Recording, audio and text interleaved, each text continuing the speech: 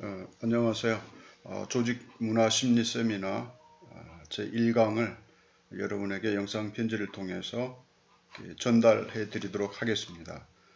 코로나19로 인해서 직장 또는 어린이집에서 노고가 많으신, 또 심리적으로 부담이 많으신 여러분의 마음을 고려해서 주요 핵심 내용만 간략하게 여러분이 숙지할 수 있도록 제가 전달해 드리고, 학교 오셔서 수업하실 때 더 총정리 있게 하는 걸로 하고, 오늘 영상으로 여러분에게 편지를 보냅니다. 또 과제물에 대해서 부담 갖지 마시고 우선 편안하게 이렇게 일선에서 잘 극복하시고 건강한 모습으로 뵙는 것이 더 첫 번째 목적입니다. 그래서 여러분이 편안한 마음으로 잘 극복하시고 건강한 모습으로 뵙기를 원합니다. 과제물은 나중에 이렇게 제출하셔도 됩니다. 또 과제물은 제가 강의안을 요약해 놓은 게 있습니다. 책을 보시지 않아도 과제물은 강의안을 보시면 여러분이 옮겨 베껴서 정리하실 수 있습니다. 그래서 불편하게 또 이렇게 부담 갖지 마시고 편안한 마음으로 재택 수업에 임하시면 고맙겠습니다. 제1강 산업 및 조직 심리학에 대한 개요, 개념입니다. 또는 정의라고 말할 수 있고 의미라고 말할 수 있고 산업 및 조직 심리가 뭔지, 그 다음에 조직 문화 심리가 뭔지에 대해서 이 시간에 이해를 돕기 위해서 제1강은 박세영 외에 산업 및 조직 심리학 학지사 2017년판 1페이지부터 36페이지까지 내용을 제가 강의안으로 정리해 놓은 게 있습니다. 여러분이 카페에 들어가시면 그 내용을 여러분이 확인할 수가 있습니다. 이제 편안한 마음으로 핵심적인 내용만 제가 간략하게 설명을 드리면, 여러분이 스마트폰으로 제가 단톡방에 링크 시켜 놓은 그 주소창으로 들어가면 다음 카페로 넘어가게 됩니다. 그리고 다음 카페에 올려놓은 동영상을 여러분이 보실 수 있습니다. 또 아직 회원가입이 되지 않은 그 신입생은 회원가입을 하셔야만 등업을 시켜드립니다. 우수회원으로. 그래야 자료를 보실 수 있습니다. 그래서 여러분이 회원가입하시고 닉네임을, 아이디를 자기 이름으로, 또 상담심리라는 학과 이름을 가로 안에 넣어주시면 동명이인이 구별될 수 있으니까 협조해 주시기 바랍니다. 그렇다면 제1강 여러분이 강의안에서 참고하셔서 보시고 또 제 강의를 들으시면 이해하시기 쉽게 제가 설명을 드리겠습니다. 영어로 INO로 되어 있는 그 표기가 있죠. IO 심리학. 이것은 인더스트리얼 산업 또는 오르가니제이션을 해서 조직 또 산업 이런 말을 합해서 I 약자로 O로 이렇게 표기합니다. 이러한 심리학은 인간 행동에 대한 과학과 지식을 발전시키기 위해서 인간의 존엄과 또 인간이 수행하는 행동 양식, 또 인간이 조직 안에서 어떻게 행동하는지 그것을 연구하고 그 조직을 향상시키기 위해서 연구하는 학문이 바로 산업 및 조직 심리학입니다. 그래서 여러분이 강의안을 보시면 그러면 산업 및 조직 심리학 또는 조직 문화 심리에 대해서 어떻게 우리가 이해해야만 되는지 그러한 궁금증이 생기게 되는데요. 그것은 바로 우리가 현장에서 근무하는 직장 또는 공동체 안에서 이것이 반드시 필요한 것입니다. 그래서 정부 또는 어떤 군대, 학교 또는 사회단체, 또 종교단체 이런 다양한 또는 기업 이런 데에서 조직을 이해하고 조직 안에 형성된 문화를 이해할 때에 우리는 인간 행동을 이해할 수 있고 인간의 심리적인 문제를 이해할 수 있습니다. 그래서 그러한 관점에서 이것을 연구하기 시작한 것입니다. 이제 우리는 그 산업심리학 분야를 첫 번째 한번 살펴볼 필요가 있습니다. 산업심리학은 생산성을 어떻게 하면 효율적으로 높일 수 있을까? 그런 관점에서 연구하기 시작하면서 생산 효율성은 결국 근로자의 행동을 연구하는 것이 바로 생산 효율성을 높일 수 있다는 그 사실입니다. 그래서 어떻게 인사를 선발하고 인재를 선발하고 어떻게 훈련시키고 또 직무를 분석하고 산업 훈련을 시켜서 우리가 어떻게 생산 효율성을 높일 수 있는지에 대해서 연구하는 학문입니다. 그래서 우리가 연구하는 산업심리학에서는 크게 인사심리학과 광고심리학 이 두 가지 분야가 있습니다. 그래서 인사심리학, 광고심리학 두 가지 부분에서 산업심리학은 지금까지 발전해 온 것을 알 수 있습니다. 그 인사심리학에서 다루는 그런 학문적 분야는 구체적인 내용은 직무분석, 또 지원자 모집, 이제 근로자 모집이죠. 구성원 모집, 근로자 또 선발, 또 급여 수준을 어떻게 결정할 건지, 또 근로자를 어떻게 교육할 건지, 또 근로자를 어떻게 행동을 수행하는 그 업무에 대한 평가를 어떻게 해야만 되는지. 그래서 인사심리학의 연구 대상은 바로 근로자 또는 그 조직 안의 구성원들에 대한 그 행동을 연구하는 것이 바로 인사심리학입니다. 그렇다면 이제 여러분이 직장 안에서 또는 어린이집에서 연구한다는 것은 이제 보육을 우리가 생각한다면 보육교사가 어린이집 안에서 어떻게 보육활동을 하고 있는지, 또 보육활동을 하고 있는 과정에서 개인적인 성격과 또 보육활동하는 데 있어서 개인적인 역량과 또 보육에 대한 지식과 정보, 이러한 것들이 어떻게 효과적인 보육을 위해서 필요한지, 또 그것이 어떻게 어떤 행동으로 어떤 결과를 나타내게 되는지, 이러한 것을 연구하는 것이 바로 인사심리학에서 연구하는 그런 주된 내용입니다. 그래서 이제 우리가 중요한 것은 근로자들의 업무가 어떤 것인지 그걸 파악하는 게 굉장히 중요합니다. 완벽하게 이해할 수 없기 때문에 필요한 것이 있는데 그것은 바로 직무를 분석하는 일입니다.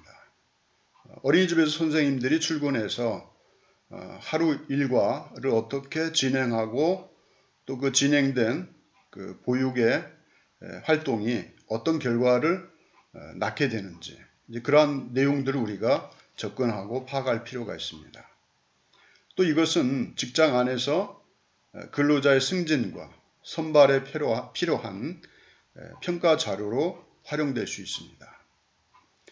그 다음에 각 지위, 직급에 따른 어떤 그 금전적 가치, 이런 것들을 어떻게 할당할 건지, 이러한 것들을 우리가 연구하기 위해서 직무 분석이 필요합니다. 직무 분석을 하게 되면 작성되는 게 있는데 분석된 내용을 기술하는 걸 직무 기술서라고 말합니다.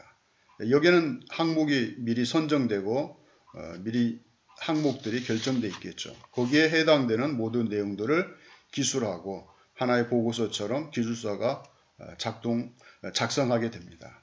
그래서 근로자들의 수행평가를 위해서 그 도구들을 마련하고 또 그 도구들이 차례대로 기록되는 게 이제 직무 기술서가 되겠습니다. 그 다음에 이제 조직의 훈련이 요구되는 경우 이것을 확인하고 또 어떻게 훈련시킬 것인지 프로그램을 개발하는데 중요한 자료로 사용되고 있습니다. 그래서 직무 분석은 반드시 필요하고 그 직무에 따른 기술서는 반드시 요구됩니다. 왜냐하면 그 구성원 안에 그 업무를 수행하는 또 어떤 직무를 수행하는 그런 과정에서 나타나는 특정한 그 어떤 요소들을 구체적으로 기록하고 그것을 평가할 때에 효과적인 그런 결과를 낳게 되기 때문입니다. 그래서 어린이집에 적용한다면 한 사람 한 사람의 보육 수행 과정에서 어떤 특성들이 있고 그것들이 어떤 보육의 효과, 결과를 얻게 되는지 그 과정을 평가하는 것은 굉장히 중요합니다.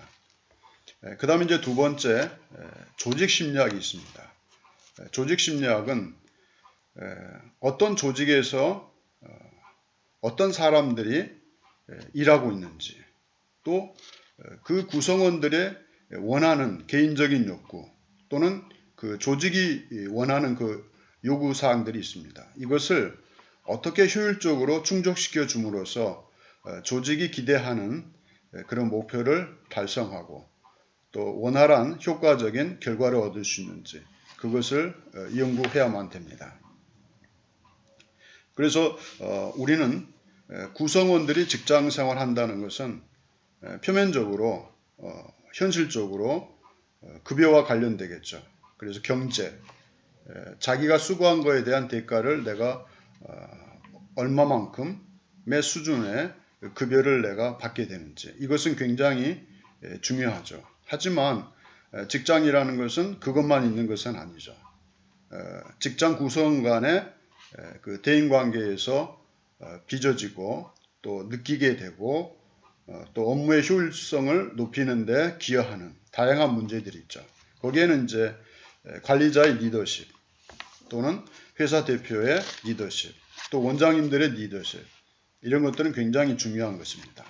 그 다음에 자기가 직무를 수행하는데 또 보육을 수행하는 데 있어서 얼마만큼 만족감을 얻고 있는지 또 동기, 자기가 하고 있는 그 일에 대한 동기도 굉장히 중요하죠. 그 다음에 이제 구성원 안에 이루어지는 커뮤니케이션 이것도 굉장히 중요합니다.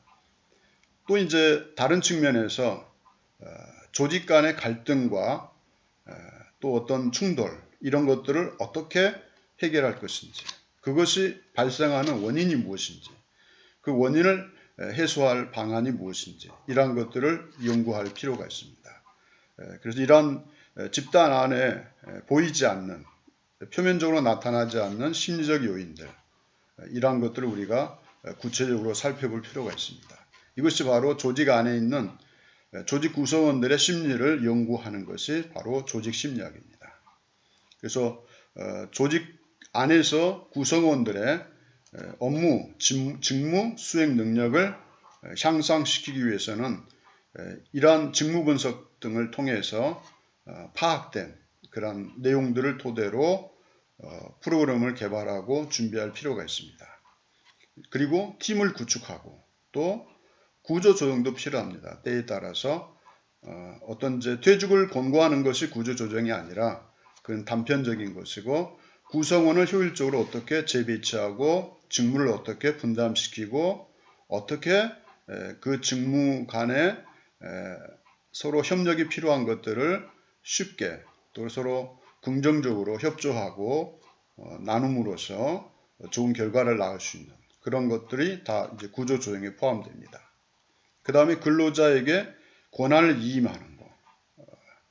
수동적으로 모든 것을 일일이 보고하고 추진하기에는 한계가 있는 그런 직무 수행들이 있습니다. 그것을 긍정적이고 자발적으로 책임감을 가지고 수행할 수 있는 그 문화를 형성하는 것도 굉장히 중요합니다. 그 다음에 이제 우리는 근로자들의 건강과 안전도 중요하죠. 직무를 수행하는 데 있어서 그 환경이 직무 수행에 적합한 그런 환경이 주어질 때 또 그 환경이 어떤 물리적 환경뿐만 아니라 보이지 않는 관리자와 그 구성원들의 그 관계 사실 심리적으로 부담이 가는 분과 함께 하루 종일 근무한다는 것은 굉장히 부담스럽죠. 또 스트레스 요인이 되고 이러한 것은 건강 문제도 굉장히 중요합니다. 이런 것들을 다루는 것들이 바로 산업 또는 조직 심리학 안에 들어있는 그런 범주 안에 있는 그런 연구 내용들입니다. 우리가 이제 이런 심리학이 그러면 어떻게 발전돼 왔고 언제부터 시작되었는지 여러분 이제 교과서에는 한 두 사람의 학자의 그 이론을 제가 강의 안에 요약해서 제가 수록해 놓은 게 있습니다. 제가 나눠드린 강의 안에 보면은 인사심리학과 관련해서 발전돼 왔던 광고심리학에 관심을 두었던 그 학자가 있습니다. 그 학자는 바로 윌터 스코트라고 1901년도 그래서 그때부터 이 심리학이 광고에 적용될 수 있다고 주장하면서 연구한 그 학자의 이론이 있습니다. 이제 광고 심리학은 주로 우리가 알고 있는 마케팅에 활용되죠. 소비자 어떤 기호 또 소비자 성향을 이해하는 게 굉장히 중요하죠. 그래서 소비자의 성향을 파악해야만 어떤 그 조직 구성원의 목표를 이렇게 달성할 수 있고 또 판매자라면 판매율을 높이고 또 소비자가 원하는 제품을 생산하고 또 그들에게 제공하는 그런 모든 과정에 필요한 것들이 바로 소비자의 그 심리를 파악하고 이해하는 것입니다. 그래서 광고 심리학 분야에서 이것을 다루고 있습니다. 물론 이제 경영학에서도 이것을 다루고 있죠. 근데 경영학에서도 다루는 그러한 내용들이 바로 이 조직 심리학 또는 조직 안에 있는 문화 심리학 속에서 또 그 어떤 조직 구성원의 효율적인 목표를 달성하기 위해서 소비자를 이해하는 것은 굉장히 중요하죠. 그렇다면 어린이집에 적용한다면 어떻게 되겠습니까? 바로 어린이집을 중심으로 학부모와 이용료와의 특성과 그들이 원하는 심리적 요구 이런 것들을 잘 분석하고 이해할 때에 어린이집 전반적인 그 운영을 효율적으로 관리하고 활용할 수 있겠죠. 그 자원이라면 인적 자원이 있고 물적 자원, 환경적 자원이 있겠습니다. 거기에는 원장님의 어떤 구체적인 그런 지식과 정보에 의해서 1년 또는 내년 계획이 금년부터 새롭게 개선되고 수정되어서 새로운 한 해를 시작하기 위해서 준비할 때 이런 심리학적인 이론으로 접근하는 것이 굉장히 중요할 것으로 판단됩니다. 또 한 학자가 있는데 이분은 이제 산업심리학의 아버지라 불리는 분이죠. 후고 맨스터베르크라고 이분은 이제 독일 심리학자인데 이분이 이제 주장하는 것은 세 가지입니다. 이 조직 심리학이 필요한 것은 종업원을 어떻게 선발할 것인지 누구를 선발할 것인지 이거 굉장히 중요합니다. 그 다음에 작업 환경을 어떻게 설계할 것인지 또 판매를 위한 심리학을 어떻게 응용하고 활용할 것인지 이런 부분에서 큰 기여를 했기 때문에 이분을 산업심리학의 아버지라고 이렇게 불렀던 것으로 판단됩니다. 우리는 여기에서 어린이집에서 선생님을 어떻게 선발할 것인지 또 직장에서 그 부서에 적절한 사람을 어떻게 선발할 것인지 또 그분들이 채용이 되어서 근무할 때에 그 근무 환경은 어떻게 설계하고 조성해야 될지 이런 것들이 이제 필요하게 된 것입니다.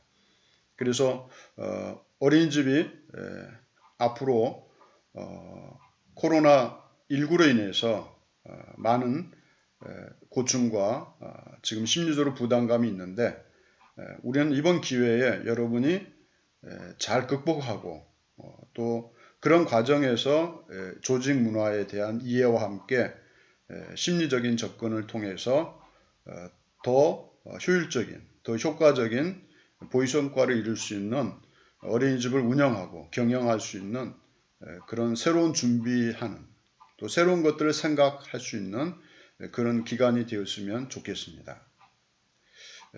이제 우리는 이제 또 하나 주요한 특성들이 있는데 심리학의 주요 특성들. 그래서 우리는 산업과 조직 안에서 필요한 그 심리적 특성들을 우리가 살펴볼 필요가 있습니다.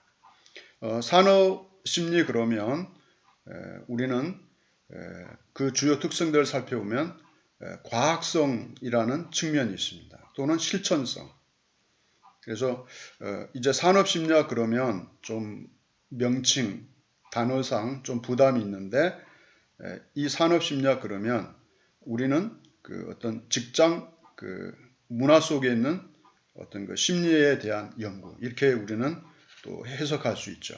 그래서 우리는 산업심리학이라는 용어가 이제 대명사처럼 사용되기 때문에 제가 이렇게 부를지라도 여러분은 어떤 회사나 작은 공동체, 큰 회사든 작은 회사든 공동체 안에 형성된 문화 속에 있는 다양한 것들을 어떻게 탐구하고 그것을 분석하고 일반화할 것인지 거기에 대한 학문입니다. 연구를 통해서 얻어진 그 결과는 결국은 그 공동체의 목표를 달성하고 또 효과적으로 그 공동체를 운영해야 하는데 필요한 정보와 지식이 될 것입니다. 그래서 결국은 산업심리학은 산업의 효율성, 또 어떤 직장을 어떻게 효율적으로 그 조직 구성원들을 행동을 통해서 성과를 얻을 수 있을까? 거기에 관점이 있는 거죠. 때문에 거기에 필요한 것은 인간 행동입니다. 구성원의 행동. 인간이 나타낸 그 표현 속에서는 행동의 결과 속에는 다양한 것들을 파악할 수 있습니다. 그 행동까지에 이르기 전에 동기가 있고 원인이 있습니다. 그 사람이 그렇게 행동할 때 나타난 표현 양식은 그게 많은 사람들에게 유익할 수도 있지만 부담을 줄 수도 있습니다. 그렇다면 그러한 행동을 하게 되는 그 요인들을 우리가 분석하고 그 요인들을 개선할 수 있는 어떤 방법들도 찾아 나서야 됩니다. 그래서 산업심리학에서는 인간 행동을 과학적인 탐구를 통해서 인간 행동을 연구하는 것이 바로 산업심리학입니다. 그래서 여기에서는 이제 어떤 조사 도구들이 필요하죠. 설문지와 같은 또는 면접이나 인터뷰를 통해서 개인이 행동한 그 결과가 구성원들에게 나쁜 영향을 미쳤다면 그 관리자는 반드시 그 구성원을 개인적으로 불러서 면담하게 될 것입니다. 그럼 면담하는 과정에서 그러한 결과가 나타난 그 이유가 무엇인지, 그 결과를 낳게 된 원인이 무엇인지 이런 것들을 대화 속에서 찾아내야 됩니다. 그래서 지원해 줄 수 있는 건 지원하고 해결해 줄 수 있는 건 해결하고 또는 그가 개인적으로 스스로 해결해야 할 문제일 경우에는 거기에 많은 시간이 필요하겠죠. 그래서 우리는 어떻게 생각하느냐, 그 사람이 갖고 있는 성격이나 인성이나 또는 어떤 삶의 기준들은 그 사람이 그렇게 행동할 수밖에 없는 근본적인 원인이 될 것입니다. 이것이 개선될 수 있는 경우가 있고 개선되지 않을 수가 있죠. 그래서 여기에서 여러분은 이제 관리자는 많은 갈등을 하게 됩니다. 그때 어떻게 지혜롭게 대처하고 해결할 것인지 이제 그러한 것들이 필요합니다. 만일 이것이 이제 구체적으로 그 구성원 간에 어떤 협동이나 협력이 깨어지는 그 구성원 한 명은 결국은 그 조직 안에 남아있지 못하게 되겠죠.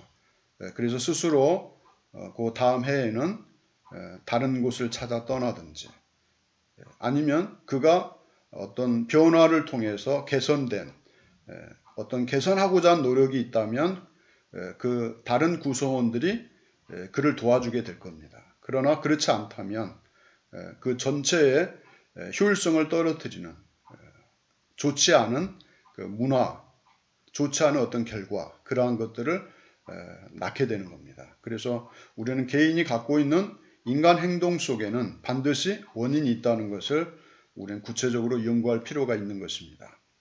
아마 원장님들이 많은 선생님들하고 원에서 생활할 때 이러한 것들을 많이 부딪히게 되고 겪게 될 것입니다. 그래서 대면 수업할 때는 이러한 것들을 사례를 통해서 논의하고 좀 이렇게 구체적으로 토론을 하면서 어떻게 극복할 수 있는지, 어떤 사례는 어떻게 극복하는 것이 효과적이었는지 그 나눔의 시간도 필요한데 그러한 것들은 좀 아쉬운 것 같습니다. 하지만 조직문화 심리 모든 13강좌까지 가는 과정에서 언급되고 나누어지게 될 것입니다. 그래서 여기에서 다루지 못한 것은 우리가 대면 수업 때 한 번 더 이렇게 총정리하면서 1강부터 13강까지 이렇게 우리가 살펴보면서 논의하는 시간이 주어지면 좋겠습니다. 또 이제 우리는 산업심리학 살펴보았고요. 또 조직심리학에서 또 어떤 특성이 있습니다. 조직심리학에서 우리가 과학적으로 접근하고 연구한다고 하는 것은 근로자의 생산성 부분, 바꿔 얘기하면 어떤 조직 구성원의 근무 결과, 또 보육교사의 선생님의 보육 과정에서 이용료는 물론이고 학부모를 어떻게 만족시키는가, 그 만족감을 어떻게 높이는가, 여기에 우리는 관심을 가질 필요가 있죠.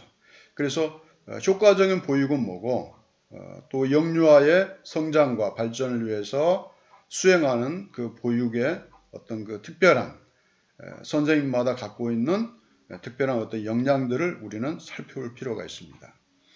또 학부모들의 기호도 있죠. 학부모들이 원하는 것과 또 학부모들이 원하는 것이 너무 현실적이지 않은 것들도 있겠죠. 그래서 어떻게 하면 학부모를 만족시키고 설득하고 개선해 나갈 수 있을까? 거기에 대한 것도 연구 대상이 되겠죠. 그래서 어떤 어린이집에 또는 직장의 안전, 또 건강 문제, 복지 문제, 이런 다양한 것들을 그 조직 안에서 연구되고 또 조직 안에서 그런 것들을 분석하고 개선해 나가는 것이 바로 조직 심리학이 연구하는 분야인 것입니다. 또 이제 어떤 단어들이 있느냐 하면 구성원 간의 상호작용에서 연구하는 그 내용들입니다. 그것은 바로 구성원 간의 상호작용 속에서 나타난 그런 결과들을 분석하고 연구할 때에 그것을 분석하고 연구하는 이유는 상호작용을 통해서 그 조직의 효과를 높일 수 있는 것이죠. 거기에는 이제 어떤 직무 동기나 또는 의사결정, 또 동료 간의 관계, 이런 것들도 우리가 고려할 필요가 있죠. 또 인사 문제, 이제 큰 회사 같은 경우는 1년에 한 번씩 또 인사 이동이 있죠. 그 다음에 신입사원을 선발하는 거, 또 인사하기 전에 고과 점수가 있죠. 그래서 어떻게 하면 인사 고과를 평가하고 그것을 시행하는지 그런 것도 연구할 필요가 있는 거죠. 또 구성원들의 교육, 훈련 이런 것들도 연구의 대상입니다. 그 다음에 조직의 효율성을 증진시키기 위한 그러한 노력도 필요합니다. 그리고 또 조직 문화를 어떻게 개발하고 또 어떻게 작업 환경을 개선할 수 있는지 방안을 연구하는 거죠. 여기서 문화는 굉장히 중요합니다. 문화는 개별적인 문화도 있지만 그 조직 안에 공동체 안에 문화도 있습니다. 문화는 구성원 전반적인 구성원들의 행동이나 그 모든 생활에 아주 그 정착되어진 그 어떤 따라갈 수밖에 없는 어떤 흐름이나 그 어떤 환경인 거죠. 그 환경 속에 다양한 것들이 나타납니다.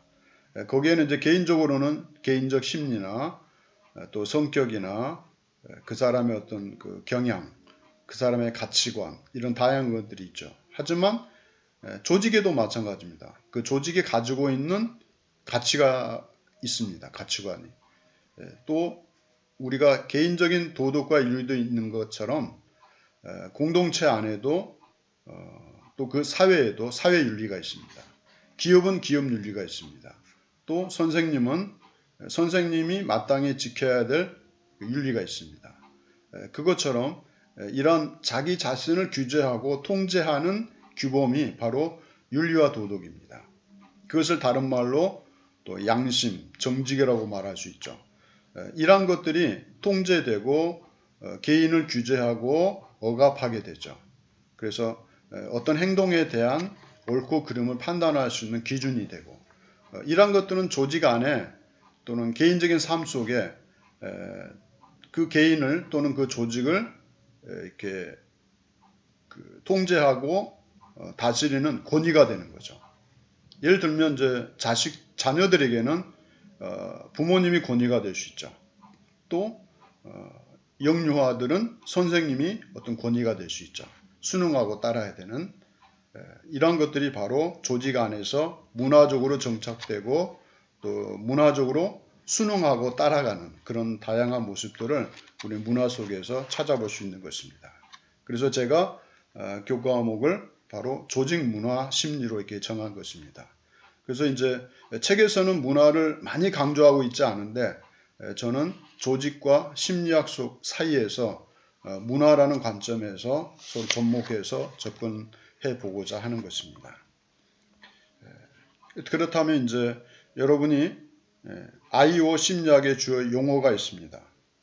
그것은 이제 산업심리, 조직심리에서 나타나는 그 용어들이 있는데 강의 안에 제가 작성해서 여러분에게 제공한 강의 안에 나와 있는 것들이 있습니다. 거기에 보면 어떤 생산 효율을 나타내는 지표로 노동 생산성, 자본 생산성, 원재료 생산성 이런 것들이 있는데 이것을 다 설명할 수는 없고 여러분이 읽어가시면서 개인적으로 이렇게 지식적인 부분들은 꼭 암기할 필요는 없지만 한 번쯤 좀 읽어갈 필요가 있습니다.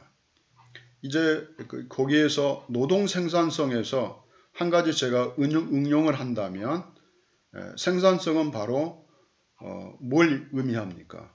직장에서는 어떤 그 자기 주어진 직무를 어떻게 효율적으로 증진시키느냐 그게 중요하죠.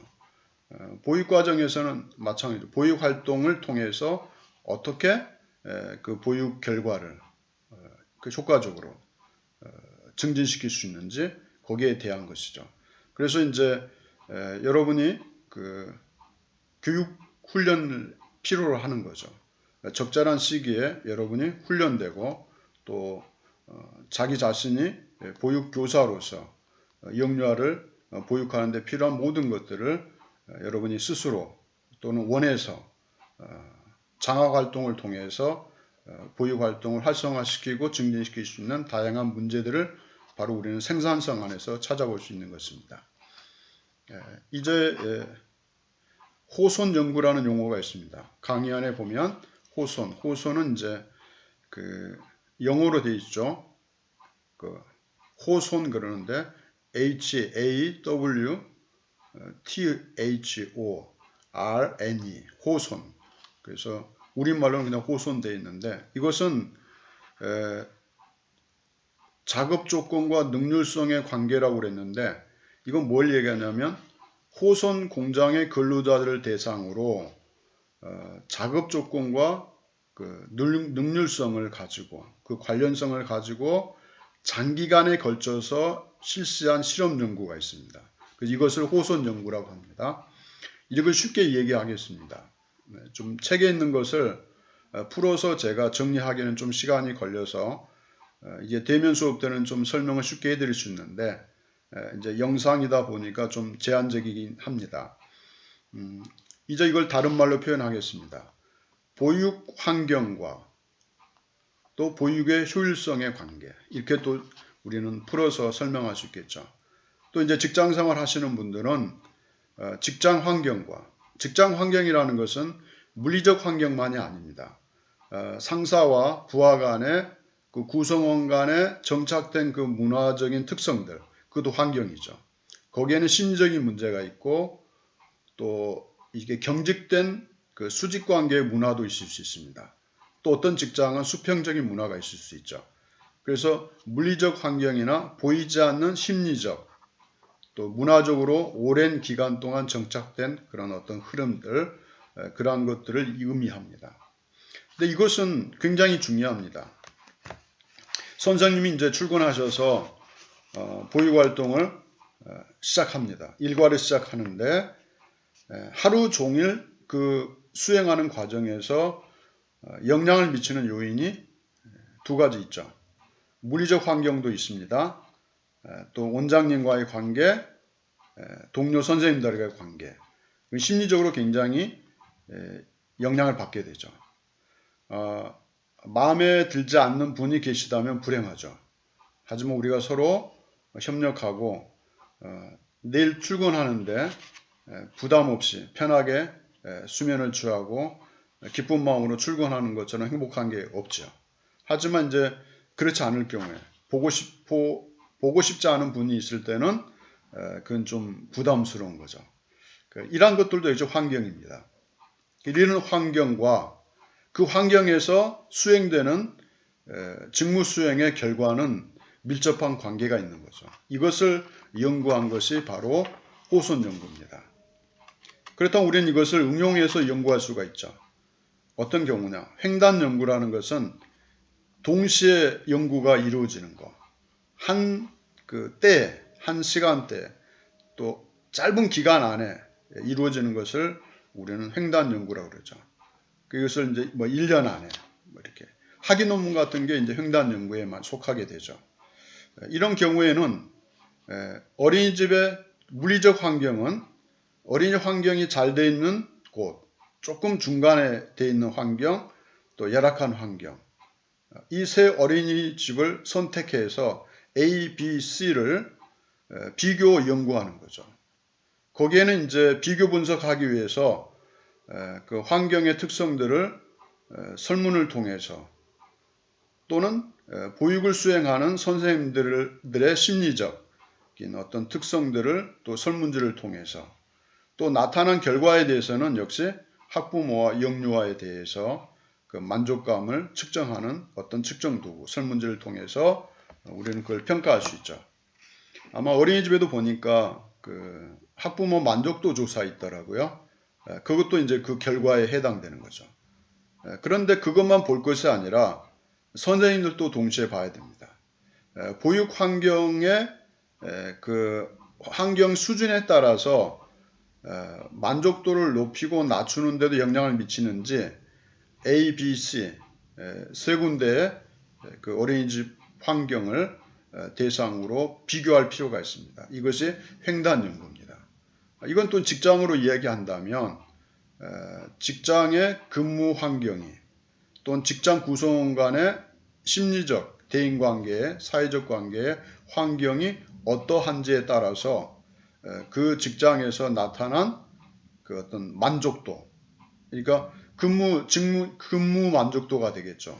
내가 이 회사에 계속 남아있겠느냐, 또는 떠나고자 하는 이직 의도가 있었느냐, 이런 것들을 찾아낼 수 있는 척도가 만들어진다면 회사도 마찬가지죠. A, B, C로 구분해서 그것을 측정하고 또 나타난 결과를 가지고 환경을 개선하고 더 좋은 효과를 얻을 수 있는 그런 어떤 방법들을 찾아가는 것이 이제 필요한 것입니다.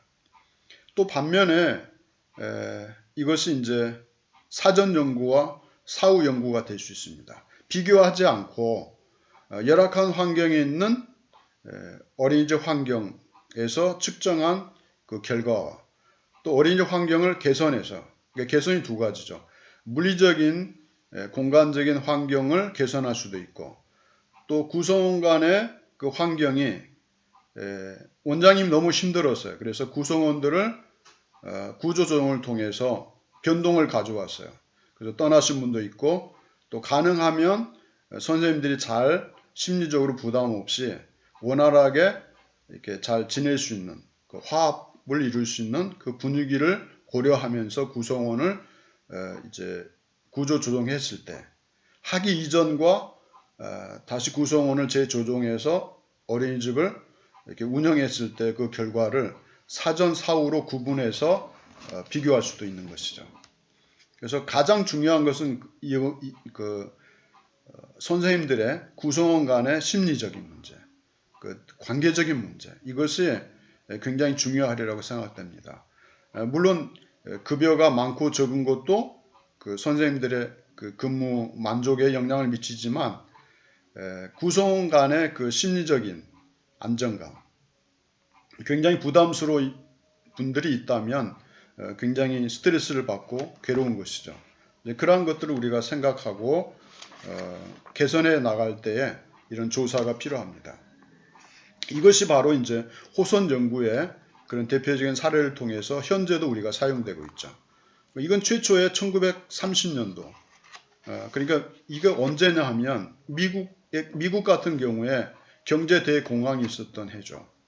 그때 이제 어떤 구조 조정도 필요하고 생산성을 높일 수 있는 어떤 방법, 또 그 효과적인 그 어떤 그 결과를 얻기 위해서 많은 연구가 추진됐던 그런 때에 이런 그 학자들도 나왔고 이런 연구가 시작된 것을 우리가 알 수 있습니다. 그 다음 이제 여러분이 보면 그 심리학에 대한 연구 부분이 있습니다. 그건 여러분이 강연을 통해서 내용이 어렵지 않기 때문에 그냥 넘어가겠습니다. 아쉬움이 있지만 넘어가는 부분이 있는데 그것은 핵심적인 내용만 이번 그 1강에서 제가 좀 구체적으로 다루어 드리고 논의를 하지 못했지만 일방적으로 제가 전달되지만 그런 내용들 여러분이 귀담아 듣고 나중에 과제물은 출석하실 때 작성하셔도 된다는 거 부담 갖지 말고 여러분이 이제 과제만 하려고 하면 공부가 안 될 겁니다. 그래서 제가 영상으로 이렇게 편지를 드리고 또 이 영상은 언제 어디서든 스마트폰으로 보실 수가 있습니다. 그래서 회원가입 되신 분들은 동영상 다 열어볼 수 있습니다. 그래서 제가 동영상을 촬영해서 올려드리고 답답하지만 제 얼굴 보시면서 또 제가 전달하는 영상 편지를 들으면서 잠시 휴식 중에 스마트폰을 열어서 그게 뭐 처음부터 다 보시지 않아도 되죠. 중간중간 반복해서 이렇게 들으시면 될 것 같습니다. 그래서 제가 언제까지일지 모르지만 제 생각에는 1강부터 4강까지는 이렇게 영상으로 준비해서 카페에 올려놓을 것입니다. 여러분이 보시고 그냥 일부러 교과서 보실 필요 없죠. 영상만 보고 계시다가 나중에 총정리를 한번 해드릴 때 교과서도 체크해 가면서 한번 수업을 보충하는 그런 시간도 가질 예정입니다. 그래서 뒷부분을 보면은 이제 앞에서 얘기했던 호선 연구와 관련해서 구체적으로 어떻게 우리가 연구될 것인가 그런 내용들 연구에 관련된 내용들이 그 뒷부분입니다. 이거는 조금은 영상보다는 여러분이 출석 수업 때 저하고 같이 이것을 보시는 것이 또 학판을 통해서 이렇게 메모하면서 조사 연구에 대해서 설문지를 어떻게 만드는지 이런 과정까지 그 다음에 이제 그 뒷부분에 가면 통계 분석이 어떤 것들이 있는지 또 응용하고 당장 사용할 수 있는 그런 대표적인 사례들을 저와 함께 여러분이 그 진도와 맞지는 않지만 중요한 부분은 나중에 이렇게 제가 다른 강의를 할 때 중간중간에 해드리도록 그렇게 하겠습니다. 이제 다음에는 인적자원 관리 시스템과 직무관리 제 2강인데요. 아마 제 1, 2, 3, 4강은 이제 개념적인 거고 조금은 이제 그 생소한 그런 이야기일 수 있지만 제가 쉽게 이야기한다고 했는데 또 어렵다면 질문하셔도 됩니다. 카톡으로 해도 되고 이메일로 주셔도 됩니다. 아니면 오셔서 이제 수업 시간에 질문하셔도 됩니다.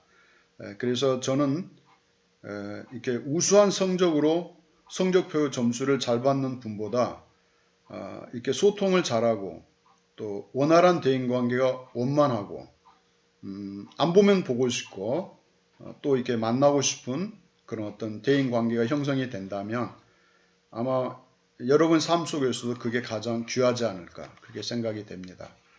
그래서 성적표가 아닌 여러분의 미래의 삶을 위해서 제가 약속드린 대로 저 만난 순간 행복의 시작입니다 말씀드린 대로 오늘 또 행복한 그런 하루가 되었으면 합니다. 아무런 부담 없이 여러분 코로나19 잘 이겨내시고 극복하시고 보이지 않는 적과 싸워서 승리한 그런 모습으로 건강한 모습으로 뵙기를 소원하면서 이만 줄입니다. 감사합니다.